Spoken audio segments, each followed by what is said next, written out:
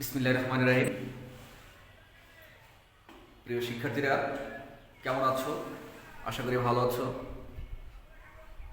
তো আমি তোমাদের ইংরেজি স্যার মোহাম্মদ ইউসুফ আলী আবারও তোমাদের সামনে উপস্থিত আরও একটি নতুন ক্লাস নিয়ে।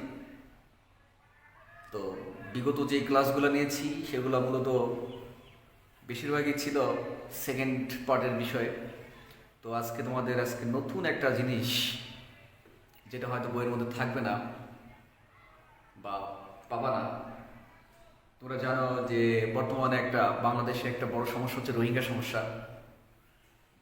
তো রোহিঙ্গাদের নিয়ে আজকে তোমাদের একটা ফিল ইন দ্য ব্লাঙ্ক, আমার মূলত টার্গেট হচ্ছে এখান থেকে একটা ফিল ইন দ্য ব্লাঙ্ক করা, সেখান থেকে কিছু তথ্য আমরা কালেক্ট করবো নেব।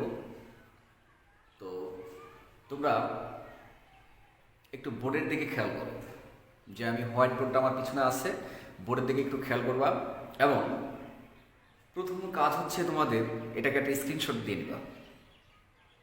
স্ক্রিনশট দিয়ে নিলে কী হবে, এটা ফটো করে তোমরা ছবি করে এটা করতে পারবা পরবর্তীতে অল্প সময়ে। আমি এটার বিস্তারিত বলে দিচ্ছি, আমি এটার অ্যান্সার দিয়ে দিতেছি। তোমরা এটাকে প্র্যাকটিস করবা, বারবার প্র্যাকটিস করবা, নতুন আইটেম ভালো লাগবে আশা করি। ওকে, দেখো আমরা শুরু করি। রোহিঙ্গা, এটা আমাদের যে পুরোটা আছে রোহিঙ্গা সম্পর্কে। মূলত বর্তমানে বাংলাদেশে যারা আছি আমরা রোহিঙ্গাদের চিনি না, রোহিঙ্গা সম্পর্কে জানি না, এমন মানুষ কিন্তু পাওয়া যাবে না। আর এটা ফার্স্ট পার্টের একটা বিষয়, এটা উইদাউট ক্লু, যেটা 4 নাম্বার আর 5 নাম্বারে যে ফিল ইন দ্য ব্ল্যাঙ্ক থাকে 5 নাম্বারে থাকে। তো এটা একটু মন দিয়ে করলে দেখা গেল পরীক্ষায় কমন পাওয়ার সম্ভাবনা থাকবে।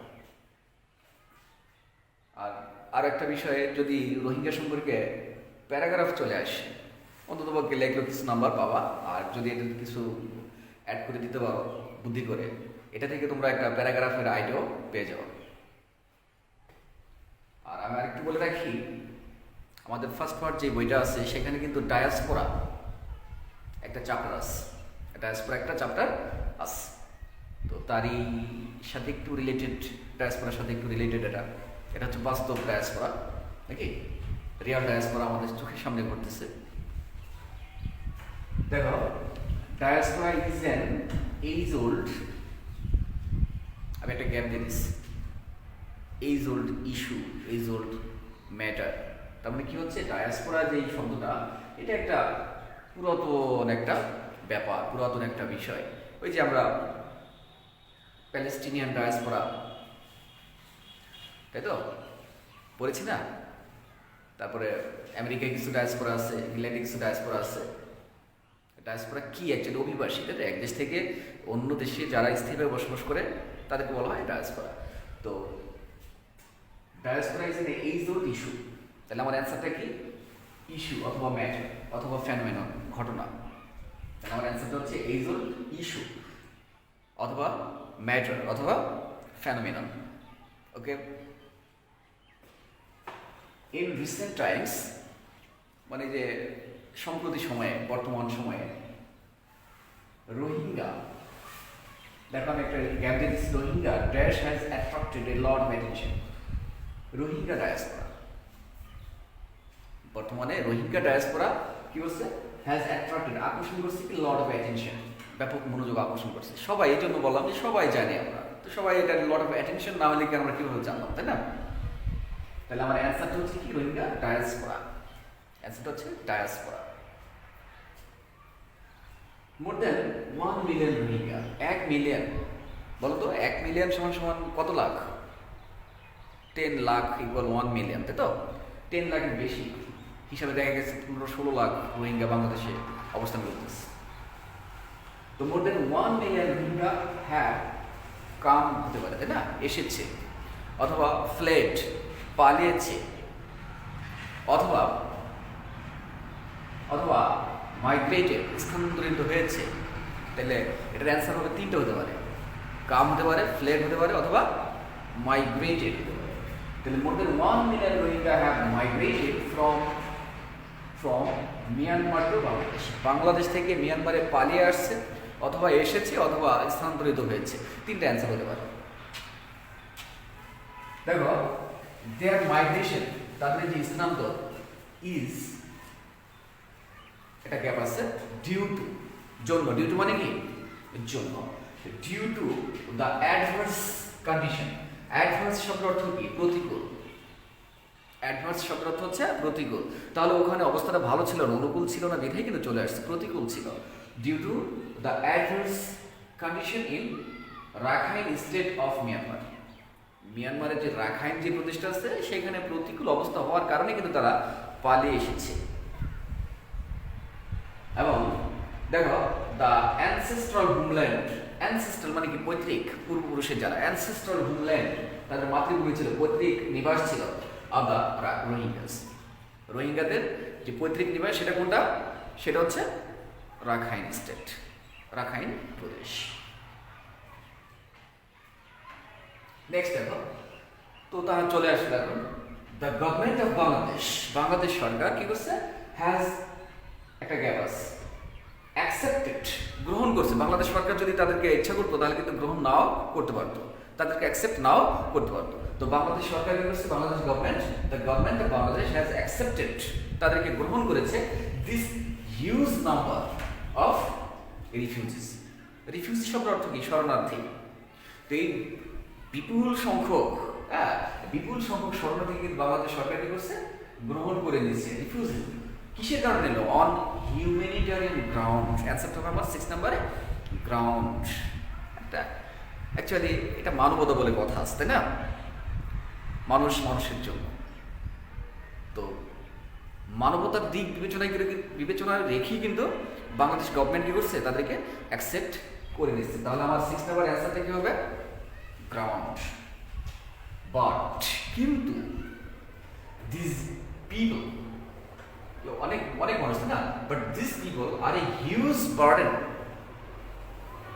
7 নম্বর অ্যান্সারটা কি হবে, অ্যাকচুয়ালি তারা আমাদের বোঝা শুরু, তারা তো প্রোডাক্টিভ কোনো বিষয় না। তোমরা বা আমি বা আমরা বাংলাদেশি যারা আছি তারা কিন্তু বাংলাদেশি নাগরিক, তাই না, এরা কিন্তু প্রোডাক্টিভ, এরা কিন্তু উৎপাদনের জন্য এরা নিয়োজিত। কিন্তু ওরা হচ্ছে, রোহিঙ্গারা হচ্ছে মিয়ানমারের নাগরিক, ওরা কিন্তু বাংলাদেশের নাগরিক না। তো বাংলাদেশের উন্নয়নের ক্ষেত্রে কিন্তু ওদের কোনো অবদান নাই, ওরা কিন্তু শুধুমাত্র বোঝা ছাড়া আর কিছুই নাই, সেটাই বলা হয়েছে এখানে। But this people are a huge burden, এটা ব্যাপক একটা বোঝা স্বরূপ অন আওয়ার ইকোনমি, আমাদের অর্থনীতিতে অবশ্যই আমাদের খরচ হচ্ছে না, তাদেরকে বসে বসে খাওয়াচ্ছি আমরা, on our economy and on our environment, আর আমাদের পরিবেশ। তো মানুষ যেখানে যায় সেখানে কিন্তু পরিবেশ নষ্ট হয়ে যায়, সেটা তোমরা জানো, হিউম্যান ওয়েস্ট, তাই না, আবর্জনা, বর্জ্য পদার্থ, সেগুলোতে কিন্তু পরিবেশ দূষিত হচ্ছে। তাহলে এটা আমাদের বোঝা কিসের জন্য, আমাদের ইকোনমি, আমাদের অর্থনীতি এবং আমাদের যে পরিবেশের জন্য কিন্তু হুমকি স্বরূপ, বোঝা স্বরূপ এরা, burden. The world community, world community শব্দটা তো কাকে বোঝানো হয়েছে, বিশ্ববাসীকে বোঝানো হয়েছে। দ্য ওয়ার্ল্ড কমিউনিটি শুড এক্সটেন্ডে, প্রসারিত করে দেওয়া উচিত। শুড মানে কি, উচিত।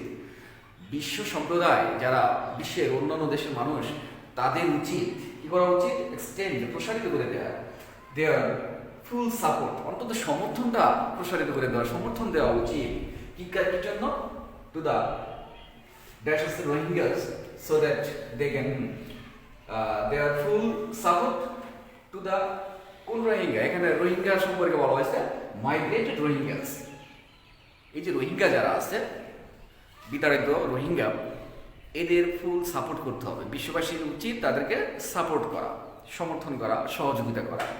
কি জন্য, সো দ্যাট, যাতে দেখে সেফলি রিটার্ন, নিরাপদে যাতে তারা কি করতে পারে, ফিরে যেতে পারে, অথবা ইজিলি রিটার্ন, সহজে যাতে ফিরে যেতে পারে, to their homeland, to their homeland, তাদের মাতৃভূমিতে যাতে তারা নিরাপদে অথবা সহজে কি করতে পারে, ফিরে যেতে পারে। এই জন্য বিশ্ববাসীর উচিত তাদেরকে সাপোর্ট করা। হেল্প করা। ওকে, আশা করি তোমরা বুঝতে পারছো। এখন তোমাদের কাজ হচ্ছে এটার স্ক্রিনশট দিয়ে রাখা, এটা ছবি তুলে রাখা, অথবা ভিডিওটাকে ডাউনলোড দিয়ে রাখা। আর তোমার টাইম লাইনে তুমি এটাকে যদি রাখতে চাও, এটাকে ডাউনলোড না করেও তোমার ফেসবুক আইডি থেকে তুমি এটা কী করতে পারো, শেয়ার করতে পারো। শেয়ার করলে তোমার টাইম লাইনে এটা থেকে যাবে। আর কমেন্ট করতে পারো, অবশ্যই কমেন্ট করবা কেমন লাগলো, আর যদি কোনো ফিডব্যাক থাকে হ্যাঁ সেটা দেওয়ার চেষ্টা করবা। তো আমি একটু তোমাদের সুযোগ দিচ্ছি, আমি সরে যাচ্ছি, তোমরা স্ক্রিনশট দিয়ে রাখো। স্ক্রিনশট দেওয়ার পরেই হ্যাঁ আজকের মতো ক্লাস শেষ হবে আশা করি। তো তোমরা স্ক্রিনশট দিয়ে রাখো, হ্যাঁ একটু সময় দিচ্ছি তোমাদের, তোমরা স্ক্রিনশট দিয়ে রাখো, একদম ক্লিয়ার স্ক্রিনশট দিয়ে রাখো। ওকে, বাই।